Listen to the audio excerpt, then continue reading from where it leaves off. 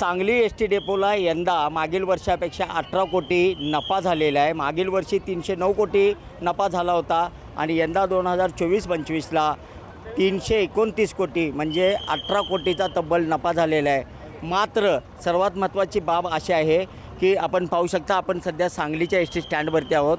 या S T स्टँडवरती जवळजवळ 5 ते 10 वर्षापूर्वी घेतलेल्या ज्या बसेस आहेत त्या जवळजवळ 750 बसेस आहेत आणि यामध्ये 100 बसेस या नव्याने 2022 साली यांनी भाडे तत्त्वावर घेतलेले आहेत। एकंदरीत पाहिलं तर सांगली एस टी डेपोची रिक्वायरमेंट हे 800 बसेस एस टी बसेसची आहे। मात्र गेले 1.5 ते 2 वर्ष झालं सुनील भोकरे जे विभाग नियंत्रक आहेत यांच्या मार्गदर्शनाखाली राज्य शासनाला वारंवार मागण्या करूनसुद्धा 100 बसेस एस टी बसेससुद्धा या ठिकाणी सांगली डेपोला दिल्या गेलेल्या नाही आहेत। एकंदरीत पाहिलं तरी सांगली जिल्ह्यामध्ये 30 लाख लोकसंख्या आहे आणि या संपूर्ण जिल्ह्यातील जवळजवळ रोज पाहिलं तर 2 ते 2.5 लाख लोक हे जिल्हाबाहेर आणि जिल्ह्याअंतर्गत प्रवास करत असतात आणि एकंदरीत पाहिलं तर एवढी मोठी संख्या ही इथल्या नागरिकांची असतानासुद्धा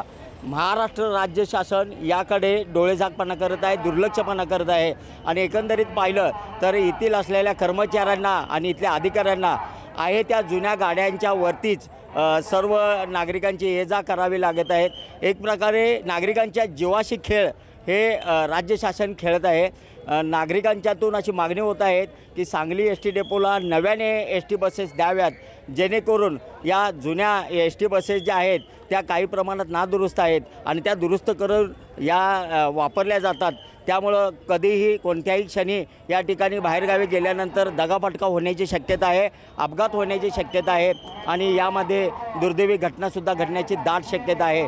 त्यामुळं राज्य शासनाने सांगली एस टी डेपोला त्वरित जी रिक्वायरमेंट केलेली आहे 100 एस टी बसेसची त्या द्याव्यात अशी मागणी अधिकारी वर्गातून आणि नागरिकांतून केली जात आहे। कॅमेरामन सुजितसोबत मी शंकर देवकुळे, TV9 मराठी, सांगली।